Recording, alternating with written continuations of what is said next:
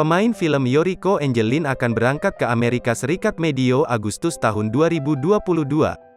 Yoriko Angelin akan melanjutkan pendidikannya di negeri Paman Sam itu. Rencananya, Yoriko Angelin akan menjalani kuliah di negeri adidaya itu selama 1 tahun. Aku akan menyelesaikan kuliah jurusan bisnis di sana, kata Yoriko Angelin. Ilmu tersebut sengaja diambil darah cantik berusia 19 tahun itu sebagai bekalnya jika tidak laku lagi di industri hiburan tanah air. Aku nggak mau dapat penghasilan dari entertainment saja dan mau planning bisnis, ucap pemain film trilogi Dylan itu. Banyak artis bisnis tapi sambil syuting. Aku ingin bisa balance, ucap Dara kelahiran Banjarmasin, Kalimantan Selatan, tanggal 23 Agustus tahun 2002, itu. Sejauh ini Yoriko Angelin belum terjun ke dunia bisnis, namun ia tertarik menyelaminya setelah mendapatkan ilmunya di bangku kuliah nanti.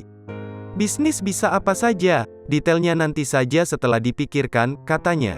Selama ini aku belajar sama papa dan aku tertariknya di bisnis, lanjut pemain film bernama lengkap Yoriko Angelin Agus Febrianto itu. Setelah lulus pelan-pelan aku coba bisnis, ujar Yoriko Angelin.